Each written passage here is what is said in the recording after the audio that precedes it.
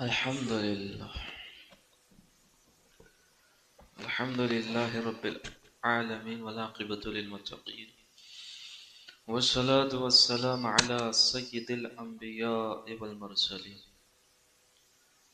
أما بعد فأعوذ بالله السميع العليم من الشيطان الرجيم بسم الله الرحمن الرحيم أفحسبتم أنما خلقناكم عبثا وأنكم إلينا لا ترجعون وقال وإن الدين لواقع وقال النبي صلى الله تبارك وتعالى عليه وسلم الدين النصيحة الدين النصيحة الدين النصيحة او كما قال علیہ الصلوۃ والسلام۔ اللہ تبارک و تعالیٰ کا ارشاد ہے سورہ نور آیت 55 پر فرماتے ہیں وعد اللہ الذین آمنوا منکم وعملوا الصالحات ليستخلفنهم في الارض كما استخلف الذین من قبلهم۔ اللہ تبارک و تعالیٰ وعدہ فرما رہے ہیں ان لوگوں سے جو ایمان لائے اور عمل صالحہ کرتے رہے انہیں اس روئے زمین کی اللہ خلافت نصیب فرمائے گا۔ یہ کن کا وعدہ ہے؟ یہ ان کا وعدہ ہے کہ جن کے ارادے کے بغیر اس زمین پر نہ پہلے کچھ ہوا، نہ آج کچھ ہو رہا، نہ آگے کچھ ہونے والا ہے، کیونکہ ارادہ تو صرف اللہ کا ہے، چاہت تو صرف اللہ کی ہے۔ قرآن پاک نے حضرت سلیمان علیہ السلام کو جب بیان کیا تو اسی بیان کے اندر ایک واقعہ یہ بھی بیان کیا کہ حضرت نے رات میں نیت کی کہ میں اپنی 99 بیویوں پر آج چکر لگاؤں گا، اور ایک امید بھی باندھی کہ ان سے میرے بیوی کے حمل ٹھہرے گا اور ہر ایک سے بیٹا پیدا ہوگا تو میں سب کو راہ خدا کا مجاہد بناؤں گا۔ لہذا انہوں نے اس رات میں 99 بیویوں پر چکر لگایا۔ یہ انبیاء علیہ الصلوات و تسلیمات کے معجزات ہوا کرتے ہیں۔ اللہ ان کو اتنی استطاعت، اتنی طاقت اپنے غیب کے خزانے سے دے دیتے ہیں۔ تو انہوں نے چکر لگایا، ساری بیویوں سے اپنی ضرورت کو پوری کیا، اور جو ترتیب ہوتی ہے حمل ٹھہرنے کی، بچہ جننے کی، اللہ کی شان، کسی ایک کے بھی حمل نہیں ٹھہرا سوائے ایک خاتون کے، اس کے بھی حمل ٹھہرا تو وہ بھی ایسا بچہ پیٹ کے اندر ٹھہرا کہ جب پیدا ہوا تو وہ گویا کہ ساقط ہو گیا، گر گیا، نگل گیا، وہ مکمل بچہ نہیں تھا، وہ بس ایک دھڑ تھا۔ قرآن نے اس کو سورہ 7 آیت 34 پر یوں بیان کیا وَلَقَدْ فَتَنَّا سُلَيْمَانَ وَأَلْقَيْنَا عَلَى كُرْسِيِّهِ جَسَدًا ثُمَّ أَنَابَ۔ ہم نے سلیمان کی آزمائش کی علیہ السلام، پھر ایک دھڑ پیدا ہوا تو اس خاتون نے اس دھڑ کو اٹھا کر کے حضرت کی اس کرسی پر، اس تخت پر لا کر رکھ دیا جس پر بیٹھ کر آپ حکومت کر رہے تھے۔ پھر حضرت سلیمان علیہ السلام کو اپنی اس بات پر جو وہ بھول گئے تھے، جس کی بیچ میں چوک ہو گئی تھی، اس پر انہوں نے اللہ کی طرف رجوع کیا۔ وہ چوک کیا تھی، وہ بھول کیا تھی؟ تو بخاری شریف کی روایت ہے، اللہ کے رسول علیہ السلام نے ارشاد فرمایا والذی نفس محمد بیدہ لقال انشاء اللہ لجاہدوا فی سبیل اللہ فرسانا اجمعون۔ پیارے نبی فرماتے اس ذات کی قسم جس کے قبضہ قدرت میں مجھ محمد کی جان ہے صلی اللہ علیہ وسلم، اگر وہ کہہ دیتے انشاءاللہ تو اللہ کے ذات سے امید ہے کہ ان کا انشاءاللہ کہنا ہوتا اور 99 بیویوں کے مجاہد بچے پیدا ہو جاتے، وہ سب کے سب گھوڑ سوار ہوتے، شہ سوار ہوتے۔ حضرت سلیمان علیہ السلام جیسے نبی صرف انشاءاللہ کہنا بھولتے ہیں کہ اگر اللہ نے چاہا تو۔ نبی جیسی شخصیت انشاءاللہ کہنا بھول رہی ہے، اللہ ان کی چاہت کو بھی پورا نہیں کر رہے ہیں، کیونکہ ہوتا وہ ہے جو اللہ چاہتے ہیں۔ خود اللہ کے رسول حضرت محمد مصطفیٰ صلی اللہ تبارک و تعالی علیہ وسلم سے بھی یہ چوک ہوئی، بھول گیا۔ جب مشرکین مکہ نے آپ سے چند سوالات کروائے یا کیے تو اس میں آپ نے فرمایا کہ میں جواب کل دوں گا۔ تو اللہ تبارک و تعالیٰ نے ارشاد فرما دیا سورہ کہف کے اندر، جس کو روزانہ، جس کو ہر جمعہ کے پڑھنے کی ترغیب دی گئی ہے، لَتَقُوا، پیارے نبی فرما رہے، پیارے نبی سے اللہ فرما رہے ہیں، اے میرے حبیب آپ ہرگز ہرگز مت کہنا انی فاعل ذالک غدا، کہ میں کل کر دوں گا، الا ان یشاء اللہ، لیکن ہر کہنے پر آپ کو یہ کہنا ضروری ہے انشاء اللہ، جب بھی چھوٹا معاملہ ہو بڑا معاملہ ہو۔ آپ کو اس بات کی تاکید کی جا رہی ہے کہ کوئی بات آپ بغیر انشاء اللہ کہنے کے نہ کہا کریں۔ انشاءاللہ کی تاکید کہ وہی ہوگا جو اللہ چاہے گے۔ تو اس وہ اللہ کی چاہت کی بات ہو رہی کہ جب اللہ چاہتے ہیں تو حکومت کے تختوں کو پلٹ دیتے ہیں اور جن کو وہ چاہتے ہیں ان کے حوالے کر دیتے ہیں۔ ساری امت مسلمہ سے ایمان اور عمل صالح پر اللہ عز و جل یہ وعدہ کر رہے ہیں کہ یہ ایمان پر قائم رہے، عمل صالح کرتے رہے تو ضرور بھی ضرور اللہ ان کو زمین کی خلافت دے گی۔ وہ کیسی دیں گے؟ جیسے پچھلوں کو دے رکھی ہے۔ پچھلوں میں مفسرین نے جن ناموں کو سامنے پیش کیا ہے، سب سے فرنٹ پہ، سب سے آگے حضرت سلیمان اور حضرت داؤد علیہ السلام، ان دونوں کو اللہ نے بیان کیا ہے کہ سلیمان علیہ السلام کی حکومت کا ایک عالم یہ ہے کہ سمندر کے اندر جو ہیرے جواہرات پڑے ہوئے ہیں، جو موتی ٹھہرے ہوئے ہیں، حضرت سلیمان علیہ السلام جناتوں کو آرڈر دے رہے، ان کو حکم دے رہے کہ سمندروں میں کودے لگاؤ اور وہاں سے میرے لیے ہیرا نکال کر لاؤ۔ عجیب بات ہے، تحقیق کرنے والوں نے بیان کی ہے زمینوں کے سینوں کو پھاڑ کر اس کے اندر سے جواہرات کو نکالنا اور اس کے اندر سے سونا نکالنا یہ آسان ہے بمقابلے سمندروں کے جگر چیر کر اس میں سے ہیرے اور جواہرات نکالنا، یہ زیادہ مشکل کام ہے۔ تو جناتوں کے ذریعے حضرت سلیمان علیہ السلام یہ کام کروا رہے ہیں کہ سمندر وہ جنات پھاڑ کر اندر جاتے اور وہاں سے قیمتی جوہر اور قیمتی ہیرے نکال کر لاتے۔ کیوں؟ کیونکہ اللہ نے سمندر کو مسخر کیا۔ سورہ جاثیہ آیت 12 پر اللہ فرما رہے اللہ الذی سخر لکم البحر لتجری الفلک فیہ بامرہ، یہ اللہ کی ذات ہے جس نے تمہارے لیے سمندر کو مسخر کر دیا۔ کیا ہوتا ہے؟ اس سمندر پر کشتی چلتی ہے لیکن خود سے نہیں چل رہی، بے امرہ، یہ اللہ کا امر ہے جس کی برکت سے وہ کشتی چل رہی ہے، ورنہ ایسے سونامی اٹھانا اللہ جانتے ہیں کہ ٹائٹینک جیسی کشتیوں کو بھی سمندر گڑپ کر جاتے ہیں، نگل جاتے ہیں، اور پھر ایسا بھی نگلتے ہیں کہ پوری دنیا کی طاقت مل کر کے 75 سال سے مستقل کوشش محنت فکر میں لگی ہوئی ہے کہ ٹائٹینک کو باہر کیسا نکالا جائے، لیکن ساری کوششیں دم توڑ چکی ہے، وہ باہر نہیں نکال پائے، آج تک بھی نہیں نکال پائے، اور آئندہ کے لیے بھی امید کی جا رہی ہے کہ شاید نکال ہی نہیں پائے گی کیونکہ اس کو سمندر نے نگلا ہے، تو نکلنا اس کا مشکل ہو گیا۔ تو اللہ تبارک و تعالی سمندر کو مسخر کر رہا ہے کہ اس پر کشتی چلے، لیکن ایمان اور عمل صالحہ اس مطلوب اور اس مقصود کو پہنچتا ہے جو اللہ چاہتے ہیں، تو پھر اللہ کشتیوں کو بھی کنارے ہٹا دیتے ہیں کہ کشتیوں کی بھی ضرورت نہیں پڑتی ہے، اور اللہ تبارک و تعالی صحابہ جیسے ہستیوں کو، اور 2-5 لوگ نہیں ہیں، 2-5 لوگ نہیں ہیں، 60,000 کا لشکر ہے اور سب کا سب سمندر پر چل رہا ہے، اور پیدل نہیں ہے، گھوڑے سمیت چل رہے ہیں۔ یہ اللہ تبارک و تعالی نے ان کے لیے سمندروں کو مسخر کر کے دکھایا۔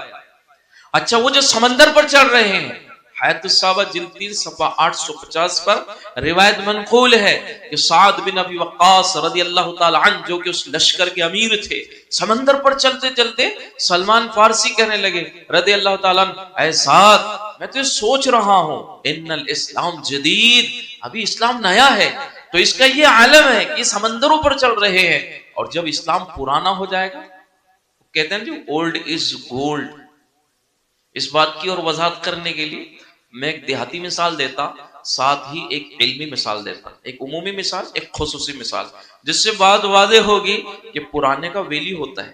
پرانے کی قیمت ہوتی ہے. اور سلمان کیا کہہ رہے ہیں؟ اسلام ابھی نیا ہے، 1400 سال سے زائد کا زمانہ اسلام پر گزر چکا ہے، اب اسلام پرانا ہوا ہے، تو اس کی کیا حقیقت دل کے اندر ہونی چاہیے تھی. تو پرانے کی حقیقت دیہاتی میں ساتھ نکاح کے موقع پر دلہا نے سارے باراتیوں سے کہا کہ ایک بھی بوڑھا نہیں ہوگا، بوڑھا ساتھ میں ہوگا. جیسے آج ہمارے یہاں سے ماشاءاللہ جماعت جا رہی ہے چلے کے لیے، بلڈانا نکلے گی جمعہ کے بعد میں عصر سے پہلے، تو میں نے بھی اس میں شرط رکھا تھا، خوسٹ بالکل کمزور ہو گئے ہو ایسے بزرگ ہم کو جماعت میں نہیں ہونا. ایک ساتھی نے مجھ پہ اعتراض کر دیا تھا، مولانا بوڑھوں کو جماعت میں لے جا رہے ہیں. میں سر آنکھوں پر لے جائیں گے، لیکن بڑے میں کی خدمت کرنے کے لیے ان کا بیٹا بھی ساتھ میں چلے گا. آپ بولیں گے جماعت والے ان کی شوگر کا خیال رکھیں گے، آپ کہیں گے کہ وہ بزرگ ہے جماعت کے اندر تو آپ ان کی روٹی کا خیال رکھیں گے، آپ ان کی ہاتھ پر دبا دیں گے، تو یہ کام ہم سے نہیں ہونے والا. بیٹا بھی اگر باپ کے ساتھ میں چل رہا ہے تو ہم خوشی خوشی کو لے کر چلیں گے، ورنہ ہم جماعت میں سلیم صاحب تو ہم نے بوڑھے کو ساتھ میں بالکل منع کر دیا، نہیں ہوگا. تو کہتے جی اولڈ از گولڈ، تو بارات میں بات چلی کہ کوئی بوڑھا ساتھ میں نہیں ہوگا. دولہے کی کون نہیں مانتا؟ مان لیے بھائی. لیکن جو لڑکے کے اپنے رشتہ دار تھے انہوں نے کہا نہیں، کوئی نہ کوئی بوڑھا ساتھ میں رکھو، پتہ نہیں کون سی مشکل گھڑی آ جائے اور بڑے میاں کی زبانی ہم بچ جائیں. تو ایک بڑے میاں کو چھپا کر کے ساتھ میں لے لیا. تو جہاں بارات پہنچی تو گھر والوں نے مل کر کے ایک کنڈیشن سامنے رکھی کہ آپ کے حوالے دلہن اسی وقت کریں گے جب آپ 100 باراتی 100 بکرے کھائیں گے. اب یہ پریشان ہو گئے، بکرا سن کر تو ہر ایک کا دل للچائے، لیکن شرط یہ لگ جائے کہ ہر ایک کو ایک بکرا کھانا پڑے گا، ورنہ پھر آپ کے ساتھ میں دلہن نہیں جائیں گے. یعنی بکرا کھائیں گے تو بکری دیں گے آپ کے ساتھ. خیر یہ ہو گئے پریشان، کھا ہی نہیں سکتے، ناممکن بات ہے. تو ان کو یاد ہے کہ بڑے میں ساتھ میں ان سے بات کر لیتے، لیکن پرانا تجربہ کار آدمی کچھ بات بتائے، لہذا بڑے میں کے پاس پہنچے. دیکھو بکرا کھانے کی ترتیب کیا بتائے. بڑے میں کے پاس پہنچے کہ حضرت وہ شرط رکھ رہے ہیں کہ 100 بکرے کھائیں گے تبھی دلہن ساتھ لے جائیں گے، کیا کریں. تو بڑے میں نے کہا ان سے کہو کہ ہم 100 بکرے کھائیں گے اور انشاءاللہ ضرور کھائیں گے، لیکن ایک شرط ہماری بھی ہے. وہ کیا؟ ایک ساتھ ذبح مت کرو، ایک ساتھ پکا کر مت رکھو، بلکہ کیا کرو، ایک بکرا ذبح کرو، اس کو تیار کرو، پھر ہمارے سامنے لا کر رکھو، پھر ایک بکرا تیار کرو، پھر سامنے لا کر رکھو، پھر ایک بکرا تیار کرو، پھر سامنے لا کر رکھو. جی ہاں یہی ترتیب ہے. آپ کسی کے سامنے پلیٹ بھر کا کھانا دے دو، تھوڑا سا کھا کر بس کر دے گا، اور تھوڑا تھوڑا کھانا نکال کر دو، بہت خوب کچھ کھا لے گا. بس یہ بات سن کر بڑے میاں کی لوگ یہاں پر آئے، کہا کہ ہماری بھی ایک شرط ہے. وہ کیا؟ 100 بکرے ایک ساتھ ہمارے سامنے لا کر نہیں رکھے جائے، ایک بکرا لایا جائے، 100 لوگ مل کر کھائیں گے. پھر ایک بکرا لایا جائے، پھر 100 لوگ مل کر کھائیں گے، پھر ایک بکرا لایا جائے، پھر 100 لوگ مل کر کھائیں گے. تو انہوں نے کہا بھائی ہم شرط کو کینسل کرتے اور بیوی تمہارے حوالے کرتے. تو بوڑھے جو ہوتے ہیں، بزرگ جو ہوتے ہیں، پرانے جو ہوتے ہیں، تو اس میں کوالٹی پیدا ہو جاتی ہے. یہ تو کہ دیہاتی مثال. اب علمی مثال بھی سن لیجیے. نوجوان لڑکا مولانا صاحب سے مشورہ کرنے لگا، حضرت میرے گھر کا ماحول دینداری کا بن جائے، اس کے لیے میں یہ چاہتا ہوں کہ کسی عالمہ باجی سے شادی کر لوں. تو مولانا صاحب نے کہا اس سے اچھی بات ہی کوئی نہیں ہو سکتی. گھر کا ماحول اگر دیندار بنانا ہے تو عالمہ باجی سے اگر آپ شادی کرتے تو بہت اچھی بات ہے. لے دے کر کے اس نوجوان کا رشتہ ایک عالمہ باجی کو پہنچا اور نکاح ہو گئے. وہ دلہن بن کر کے اس گھر میں آ گئی. لیکن 4 دن کی زندگی گزری اور پھر کیا تھا، ارے بھائی وہ عالمہ بعد میں ہے، پہلے تو ایک عورت ہے. کوئی بھی آدمی کسی بھی مقام پر پہنچا ہوا ہے وہ اس مقام پر بعد میں پہنچا ہے، پہلے تو ایک انسانی ہے. تو عالمہ باجی تو عالمہ تھی، لیکن جو فطرت عورت کی ہوتی ہے وہ فطرت بھی جاگ گئی. لہٰذا گھر کے اندر چھوٹی چھوٹی باتوں پہ جھگڑا شروع ہو گیا. تو عالمہ باجی نے اپنے شوہر سے کہا دیکھیے جی میرا شرعی حق ہے، شریعت نے مجھے یہ حق دیا ہے جو میں آپ سے مطالبہ کر رہی ہوں. تو یہ نوجوان بیچارہ سیدھا سادہ کہا کہ بتائیے میڈم کیا مطالبہ ہے. تو کہا میرا مطالبہ یہ ہے کہ مجھے ان سب سے ہٹ کر کے سائیڈ میں کسی اور جگہ پر گھر لے کر دو اور اس میں مجھے ٹھہرا دو، میں وہاں رہنا چاہتی، تمہارے کٹمب اور پریوار میں نہیں رہنا چاہتی. تو بیچارہ اس نے جو سوچا تھا وہ تو بالکل الٹا ہو گیا.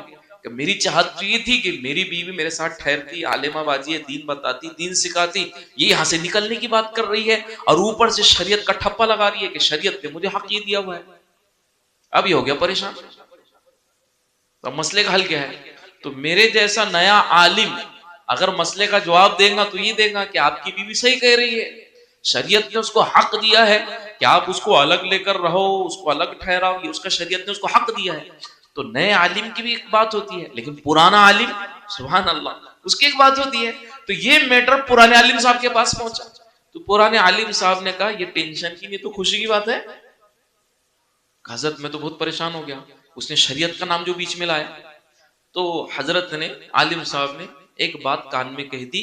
یہ گھر پر پہنچی، گھر پر پہنچ کر کہا کہ کیوں جی کیا ہوا میرے بارے میں؟ تو کہا میں آپ کے بارے میں ہمارے مولانا صاحب سے مشورہ کرنے گیا تھا. تو کہا آپ کے مولانا نے کیا کہا؟ کہ مولانا نے کہا کہ آپ کی اہلیہ کی بات بالکل 100% صحیح ہے. وہ تو خوش ہو گئی. تو پھر کیا ارادہ ہے؟ کہ ارادہ صرف اتنا ہے کہ 5-7 مہینے کا مجھے ٹائم چاہیے، میں آپ کے لیے الگ گھر بنا کر دے دیتا. تو کہا میں نے دی آپ کو 5-7 مہینے، لیکن اس 5-7 مہینوں میں ایک اجازت آپ مجھے بھی دے دیں. کہ کس بات کی؟ کہ اگر میں آپ کو باہر لے جا کر رکھوں گا، کیونکہ میری نیت اور میری چاہت تھی کہ میرے گھر کا ماحول دینداری کا بنے، تو میں عالم باجی کو گھر پہ لاتا، لیکن آپ جانے کی بات کرتے تو آپ مجھے اجازت دے دے کہ جن 5-7 مہینوں میں میں آپ کا الگ گھر لے کر دوں گا تو اپنے لیے دوسری عالمہ کر کے لاؤں گا تاکہ وہ میرے گھر کے اندر دین کا ماحول قائم کرے. تو پھر وہ عالمہ باجی کرنے کیا بولے؟ دیکھو ایسے ٹائم سنی نہیں آتا، کیا بولے ذرا ڈبل بولو. اللہ کی بندی میں دوسری بیوی کر کر لاتا، دوسری عالمہ کر کے لاتا. تو کہنے لگے کیا بات کر رہے ہیں؟ کہ جیسے شریعت نے تجھے یہ حق دی کہ دوسرا گھر لے کر دوں، ایسے شریعت نے بھی مجھے حق دی کہ میں دوسری بیوی کر لوں. یہ شریعت نے حق دیا. جی ہاں، قرآن نے خود کہا، سورہ نساء 3 پر جواب آیا، فَانْكِحُوا مَا طَابَ لَكُم مِّنَ النِّسَاءِ مَثْنَىٰ وَثُلَاثَ وَرُبَاعَ، کہ جب تمہیں عورتوں میں سے پسند آ جائے تو 2 سے نکاح کرو، 3 سے کرو، 4 سے کرو. قرآن نے شروعات ہی 2 سے کر دی. 2 سے کرو، 3 سے کرو یا 4 سے کرو. ہمارے استاد محترم جب تفسیر کا درس دینے لگے تو میں بالکل بازو میں بیٹھا ہوا تھا، تو انہوں نے ہم کو ترغیب دی، میرے بچوں میری تم سے گزارش ہے، میری تم کو یہ نصیحت ہے کم از کم تم نے 2 کر لینا. میں بالکل بازو میں بیٹھا تھا تو میں مزاح، ان کی طبیعت میں مزاح تھا، ہنسی مذاق کرتے تھے، تو میں نے سائڈ میں پوچھ لیا، میں نے کہا استاد محترم آپ کی 2 ہے؟ تو میری تب متوجہ، ارے خاموش بیٹھ بھائی، ایک تو سنبھالیں جا رہی، 2 کہاں سے کر لیتا. تو میں نے کہا استاد محترم آپ کی نصیحت تو آپ کے عمل کے خلاف جا رہی ہے، آپ کا عمل نہیں ہے، آپ ہم کو نصیحت کر رہے ہیں. کہ دیکھو قرآن آگے کیا کہہ رہا ہے، فَإِنْ خِفْتُمْ أَلَّا تَعْدِلُوا فَوَاحِدَةً، اگر تمہیں اس بات کا ڈر ستائے دوسری کر لوں گا اور گلے کو خود پھانسا لگا لوں گا تو پھر تمہارے لیے ایک ہی بیسٹ ہے، پھر 2 کے چکر میں پڑنا نہیں. قرآن نے ترتیب سے قائم کیا، 2 سے کرو، 3 سے کرو، 4 سے کرو. اور تمہیں ڈر ہو کہ تم نبھا نہیں کر سکو گے، تم ایڈجسٹ نہیں کر سکو گے، پھر تمہارے لیے ایک ہی بہتر ہے، دوسری کے چکر میں پڑنا نہیں اور مشکلوں میں پھر پھنسنا نہیں. لیکن ترغیب ہی دی گئی ہے. تو کہا میرا شرعی حق ہے کہ میں دوسرا نکاح کروں. عالمہ باجی کہنے لگے اگر میں اپنا شرعی حق معاف کر دوں تو کہنے لگے مجھے کون سی خوشی پڑی شرعی حق لینے کی، میں بھی معاف کرتا. تو کہا ٹھیک ہے میں اسی گھر میں گزارا کرتی. شوہر کہنے لگا ٹھیک ہے پھر میں بھی ایک ہی بیوی پر گزارا کر لیتا. تو مسئلہ حل ہو گیا. Old is gold. تو نئی چیز کے اندر ایک تاثیر ہوتی ہے اور پرانی چیز میں بھی ایک تاثیر ہوتی ہے. تو حضرت سلمان فارسی کہہ رہے رضی اللہ تعالی عنہ اسلام ابھی نیا ہے، تو کوالٹی اور خوبی یہ ہے مسلمان کے اندر کہ سمندر پہ گھوڑے دوڑ رہے ہیں.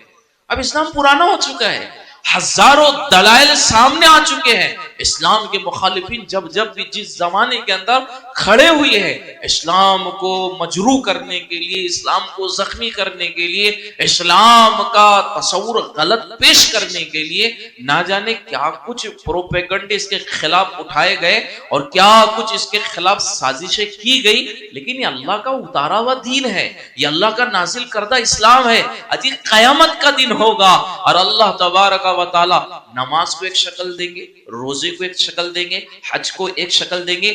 غرض کے صفات اسلام میں جتنی بیان کر دی گئی ہے ان تمام صفات کو اللہ ایک جسم دیں گے.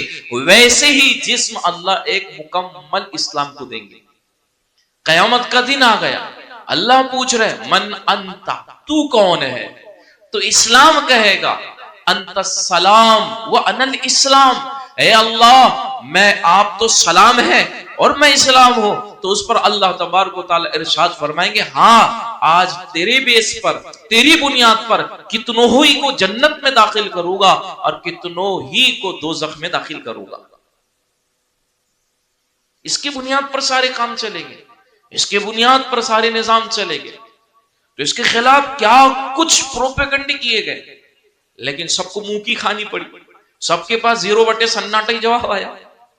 کیونکہ مخالفین، بلکہ بعض مخالفین تو ایسے ہیں جو اسلام کو مٹا دینا ہی چاہتے تھے، اللہ نے ان کے بھی مقدر میں اسلام کو لکھ دیا. کتنی تحقیقات ہوئی قرآن کو بگاڑنے کے لیے.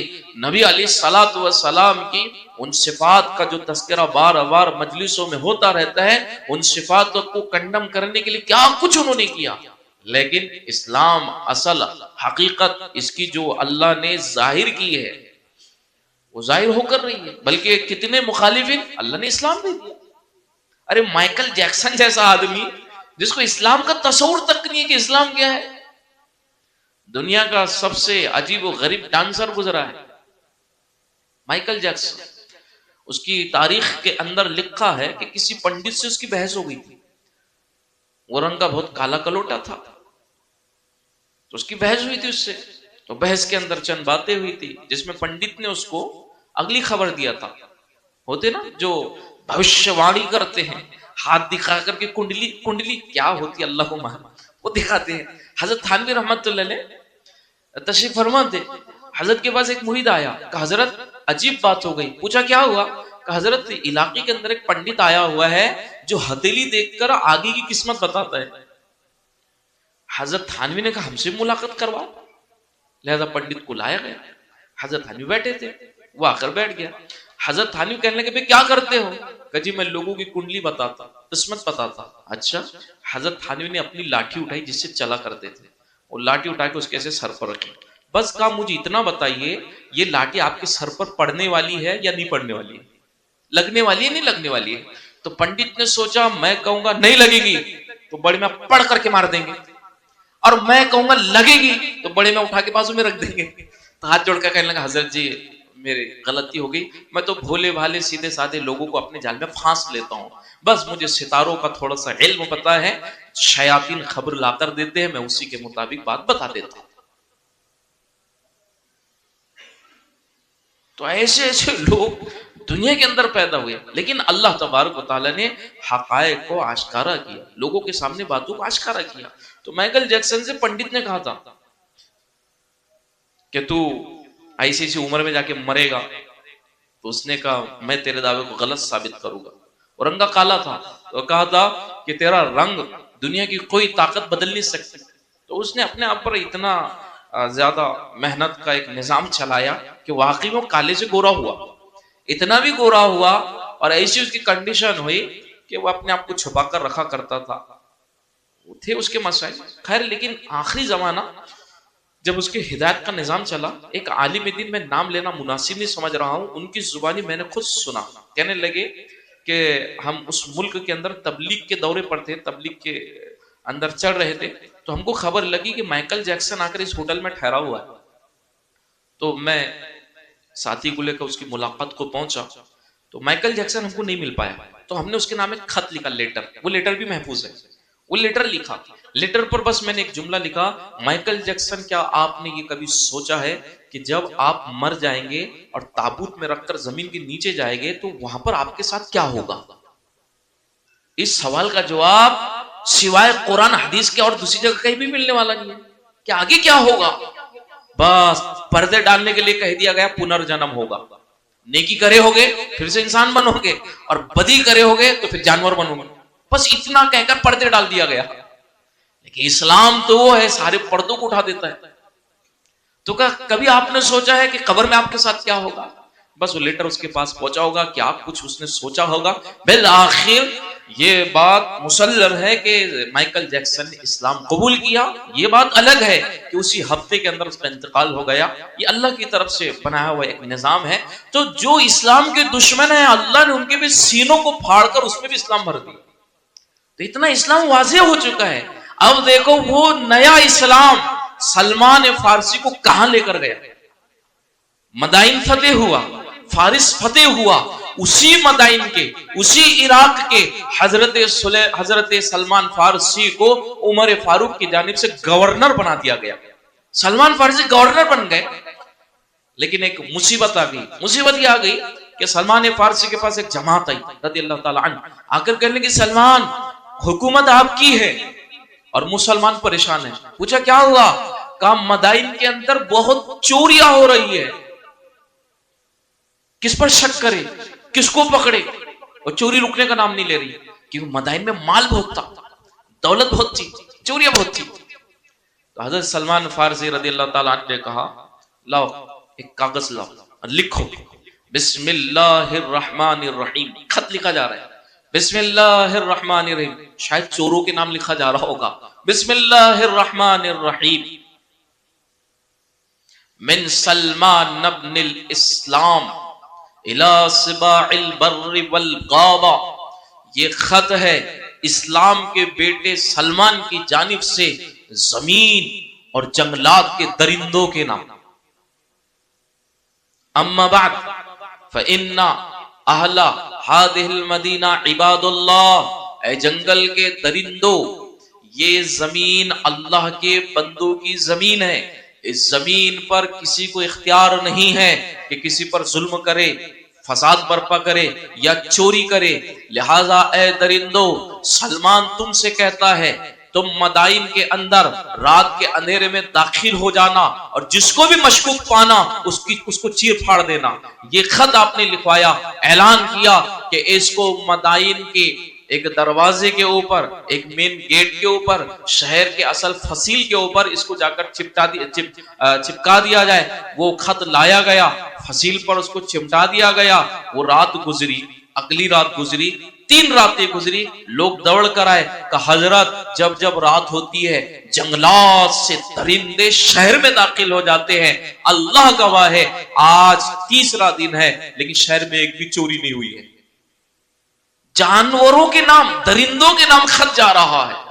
اللہ تبارک و تعالی ان کے اشارے، ان کی باتیں، ان کے الفاظ درندوں تک پہنچا رہے تھے اور اللہ ان درندوں کو بھی مسلمانوں کی خدمت میں لگا رہے تھے. یہ تھے وہ نئے مسلمان، اس مقام پر پہنچے. اتنے پر پھر بس نہیں ہوا.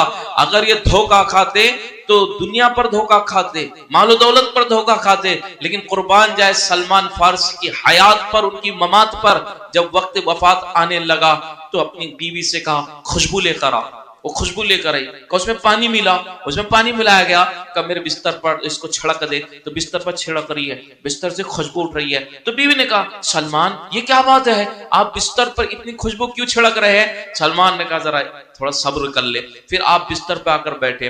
بیوی نے پھر پوچھا سلمان اتنی خوشبو کیوں چھڑکی گئی ہے؟ سلمان کہنے لگے آج رات ہونے سے پہلے، آج سورج ڈھلنے سے پہلے، آج شام ہونے سے پہلے وہ مہمان آنے والا ہے جو سلمان کے گھر آج سے پہلے کبھی نہیں آیا ہے. تو بیوی نے پوچھی کہ مدینے سے تو کوئی آ نہیں رہا، مکے سے کوئی چلا نہیں ہے، خبر مجھے ملی نہیں، آخر کون آ رہا ہے؟ تو بیوی نے پوچھا سلمان ایسا مہمان جو آج سے پہلے کبھی نہیں آیا کون آ رہا ہے، ہمیں تو معلوم پڑے. تو سلمان فارسی نے کہا ملک الموت آ رہے ہیں.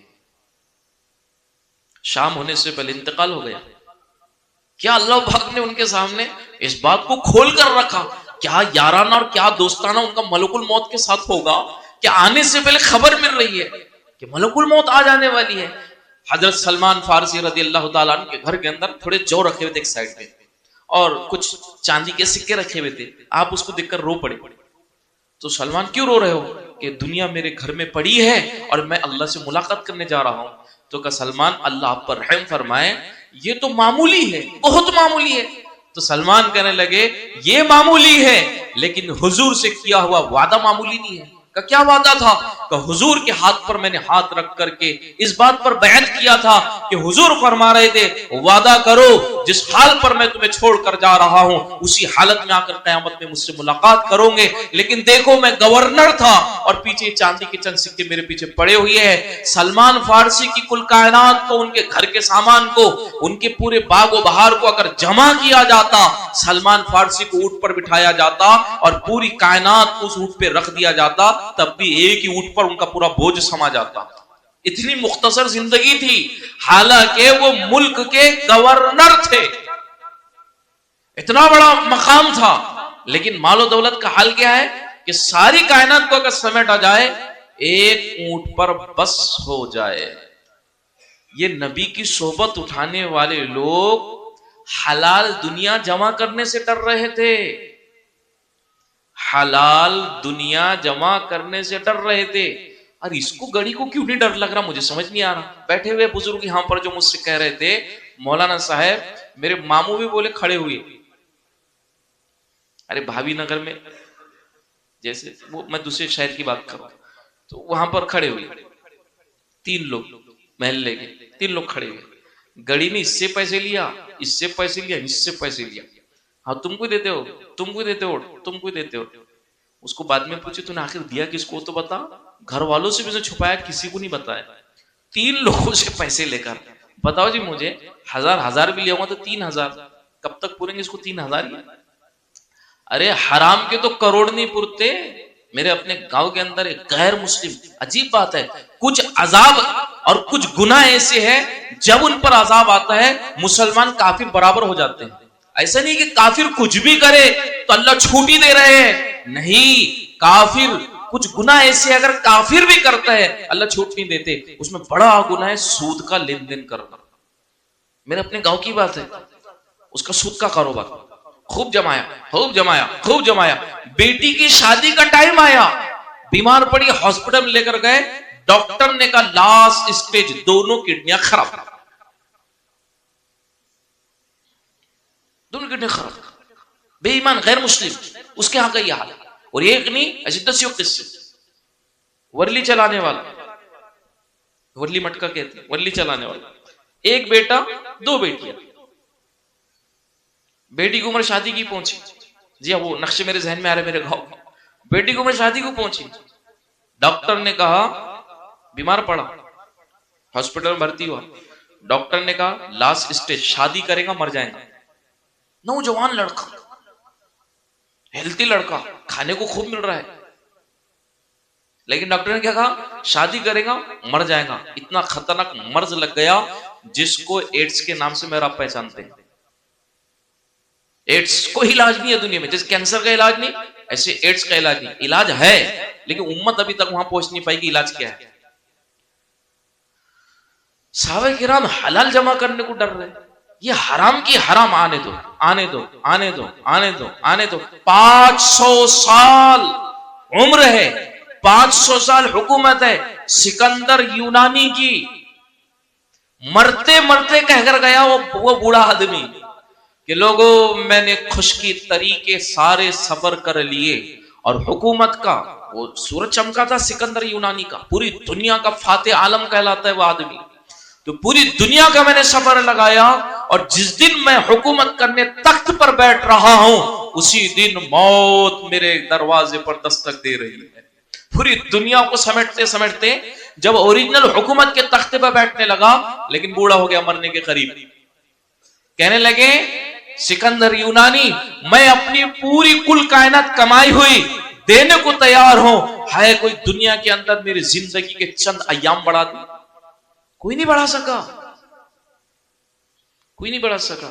آپ کو معلوم پڑا ہوگا ابھی چند دن پہلے دھرمیندر کا انتقال ہوا. ارے وہ بڑھاپے میں کہہ رہا تھا ارے اب بھی بولے میرے اندر دودھ دوڑ رہا ہے، خون دوڑ رہا ہے، میں اتنی جلدی نہیں مرنے والا. دعوے دھرے کے دھرے رہ جاتے ہیں، جب فیصلے ہوتے ہیں وہ پورے ہو جاتے ہیں. بڑے بڑے لوگ چلے گئے، ہم کون سے کھیت کی مولی ہے، ہم بھی چلے جائیں گے بھائی. اس لیے حلال حرام کے چکر میں اپنے آپ کو بربادی کے راستے پر نہیں ڈالنا چاہیے. یہ سیاست یہ الیکشن کرو، اچھی بات ہے، ہم ترغیب دیں گے، بالکل کھڑے رہو، وارڈ ممبر بن کر بڑے پوسٹ پر جاؤ، ہم تو کہہ رہے پی ایم بن جاؤ، ہم تو یہ مطلب مقصود کر رہے یہ کرو کام کرنے کا، لیکن حلال حرام مکس نہیں ہونا چاہیے۔ نہیں مولانا اس کے بغیر جمتا نہیں، تو چھوڑ، کس نے کہا گھس اس کے اندر؟ ایک آدمی کہنے لگا، بولے دودھ میں پانی نہیں ملاؤ تو جمتے ہی نہیں۔ ابے بابا تیرے کو کس نے بولا دودھ ہی بیچ، دوسرے کاروبار نہیں چل رہے کہ دنیا کے اندر؟ جی ہاں، جو اس بات کو ایڈجسٹ نہیں کر سکتا کہ دودھ میں پانی ملائے بغیر گزارا نہیں ہوتا، اس کو اپنا کاروبار چھوڑ دینا چاہیے۔ یہ دودھ میں پانی ملاتا رہے گا، جب بھی مرے گا رب کی دوزخ میں چلا جائے گا۔ کیا ملا پھر دودھ پانی ایک کر کے؟ کیا ملا؟ تو کس نے کہا آپ کو یہ حلال حرام کے بغیر جمتا نہیں؟ تو کس نے کہا اس میں گھسنے کا؟ ہٹ نکل پیچھے، کیا اس کے بغیر گزارا نہیں ہو سکتا؟ لیکن نہیں، آپ کی یہ نفسانی خواہشات ہے، اور نفسانی خواہشات کا ٹھکانہ اللہ کا فیصلہ ہے، رسول اللہ کا فیصلہ ہے کہ انسان کی نفسانی خواہشات اس کو حق سے ہٹا دیتی ہے، اور حق سے ہٹنے والا دوزخ میں چلا جاتا ہے۔ اس لیے میرے بھائی بزرگ دوست، ایک زندگی ہے دن پر دن گزر رہی ہے، کتنی داڑھی کو لال کالی پیلی نیلی ادی کر لو، سفیدی چھپائیں گے، بڑھاپا کہاں سے چھپائیں گے؟ ملک الموت کو کیسا دھوکہ دیں گے؟ دھوکہ نہیں دے سکتے۔ جوان آپ کہیں گے مولانا اپنے گاؤں کی سناتے، اب کیا کروں، مجبوری چاہیے، کارگزارے آ رہے، خبریں آ رہی، دعاؤں کے لیے درخواست کی جا رہی۔ 3 ایکسیڈنٹ ہوئے ابھی بھاری بھاری میرے گاؤں کے نوجوانوں کے، نوجوان ایک ایکسیڈنٹ ہوا، اس کی ایڑی ٹوٹ کر نیچے گر گئی، اس کی ایڑی اٹھا کر لائے، وہ چین کے اندر وہ پھنس گئی تھی۔ نوجوان، ایک نوجوان بندہ 2 بچوں کا باپ بنا، ایکسیڈنٹ ہوا، جگہ پر ہی انتقال کر گیا۔ پیچھے جو بیٹھا ہوا تھا اس کی یہ ٹھٹی ہوتی، ٹھٹی ٹوٹ کر گر گئی ایک طرف، تھوڑی ٹوٹ کر گر گئی ایک طرف۔ تیسرا ایکسیڈنٹ یہ ابھی چند دنوں کے اندر ہوا، تیسرا ایکسیڈنٹ، 4 ویلر میں سب جا رہے تھے، اور میرے گاؤں کے بہادر لوگ تھے، سینہ چوڑا کر کے چلتے تھے، مونچھے اوپر تاؤ دیا کرتے تھے وہ لوگ، بڑی واقعی مونچھی تھی ان کی، ہوتی کچھ لوگوں کی مونچھوں کے اندر بھی ایک اٹریکشن ہوتا ہے، آدمی دیکھتے رہ جاتا ہے، ایسی اونچی مونچھی تھی، تاؤ دیا کرتا تھا، بات کرنے کا اس کا ایک انداز تھا۔ وہ جب 4 ویلر کا ایکسیڈنٹ ہوا، آپ یقین مانیے اس کی آنکھیں کھلی رہ گئی، بند بھی نہیں کر سکا۔ ارے اتنا کمزور ہے انسان، آنکھیں کھلی رہ گئی، بند بھی نہیں کر سکا۔ میری بیوی مجھ سے کہہ رہی تھی، کیوں جی تم تو ہر دعا میں دعا کراتے اللہ ایکسیڈنٹ سے بچا، ایکسیڈنٹ کی موت سے بچا، پھر تمہاری دعا قبول نہیں ہوتی کیا؟ تو میں نے کہا کہ اپنا لیول نیچے نہ گر جائے، تو میں نے میری بیوی کو کہا، اب اللہ کی بندی 100 ایکسیڈنٹ ہونے والے تھے، تیرے دولہے کی دعا کی برکت سے 10 ہی ہو رہے میں نے اپنا اسٹیٹس گرنے نہیں دیا، لیکن حق یہی ہے کہ ہو رہا ہے، چل رہا ہے۔ تو کیا ہوا؟ ایکسیڈنٹ ہوا، اس کی پلکیں کھلی رہ گئی، وہ ڈر کے مارے آنکھیں پھٹی کی پٹی رہ گئی، وہ آنکھیں بند نہیں کر سکتا، اتنا کمزور ہے انسان۔ اور جس کی زندگی باقی تھی وہ بچ گیا، وہ تو اس میں سے ایسے نکلا جیسے آٹے میں سے بال نکلتا ہے، تو وہ سمجھا ایکسیڈنٹ کا الزام میرے پر نہ آ جائے کہ اس نے لے کر گیا، مروا کر لایا، تو یہ بھی وہاں پر بے ہوشی کا ایکٹنگ کر کے ہاسپٹل میں پہنچ گیا، ڈاکٹر نرس سے بڑے بڑے انجیکشن لے کر آئے، بولے بھائی میرے کو کچھ بھی نہیں ہوا، صرف میں ایکٹنگ کر رہا، کچھ مت کرو میرے کو۔ میرے گاؤں کا بڑا آدمی تھا، یہ 3 ایکسیڈنٹ آتی ہوئی گاؤں کے اندر، تو حالت واقع تو بھائی یہ ہے۔ تو حلال حرام کو جمع کرنے والے سکھی نہیں رہ سکتے، اگرچہ وہ نرم بستر پر سوئے گے لیکن ان کے دل کو تکلیف لگی رہے گی۔ اگر جسم کو راحت پہنچانا الگ چیز ہے، دل و دماغ کو سکون پہنچانا وہ الگ چیز ہے۔ اس لیے میں آپ یہ اثر نو پھر سے نیت کرے کہ ہم بھی اسلام کو اپنی زندگی کے اندر اتاریں گے، حلال حرام کو کبھی زندگی میں مکس نہیں ہونے دیں گے۔ اگر ہو گیا ٹینشن کی بات نہیں، ہو گیا تو گردن جھکانے کی بات نہیں، ہو گیا تو ایک مرتبہ توبہ کر لی جائے۔ اللہ کہتے میں تو فرعون کو معاف کرنے تیار بیٹھا تھا، میں تو قارون کو معاف کرنے تیار تھا، پھر تم کو معاف نہیں کروں گا؟ اگر ہو گیا ایسا حلال حرام ایک ہو گیا، اگر ہو گیا ایسا کہ گاڑی خریدی کی گئی وہ بھی سود پر ہو گیا، بچت گٹ اٹھا لیے تھے، ٹھیک ہے جو ہو گیا ہو گیا، ٹینشن نہیں لینے کا، توبہ کر لینے کا۔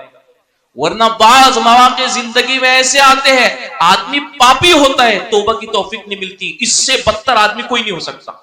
حسن بصری کہتے سب سے مبارک آدمی قیامت کے دن وہ ہوگا جس نے ہزاروں گناہ کیا ہوگا لیکن توبہ کر کے مرا ہوگا، اللہ اس کے اسپیشل اکرام فرمائیں گے۔ جو ہو گیا ہو گیا، جو بھی گناہ ہوا، ظلم ہوئی، زیادتی ہوئی، جو بھی پاپ ہوا، ہو گیا وہ ہو گیا، توبہ کر لیجیے۔ مثال کے طور کسی کی فجر چھوڑ گئی تو گالوں کو ٹھوکنے کا کام نہیں ہے، اپنے آپ کو سزا، یہ غیروں کا طرز ہے، لے رہا چٹکے بٹا، اتنے چٹکے لیا پورا ہاتھ جلا لیا، ارے تیری قسمت کی نہیں تھی نا وہ، چٹکے لے کر حاصل کیا ہے، وہ چٹکے لے رہا ہے۔ ہوں گے اس میں ویسے چٹکے لے کر بیٹھے ہوئے لوگ، نہیں، ہو گیا سو ہو گیا، توبہ کر لی جائے، اللہ کہتے معاف کر دیا، کیونکہ اللہ کا کچھ بھی ہلکا بھاری نہیں ہوتا معاف کرنے پر۔ تو اس لیے بلکہ میں دعا کر لیتا، اللہ ہم سب کے پچھلے تمام صغیرہ کبیرہ گناہوں کو معاف فرمائے۔ وآخر دعوانا الحمدللہ۔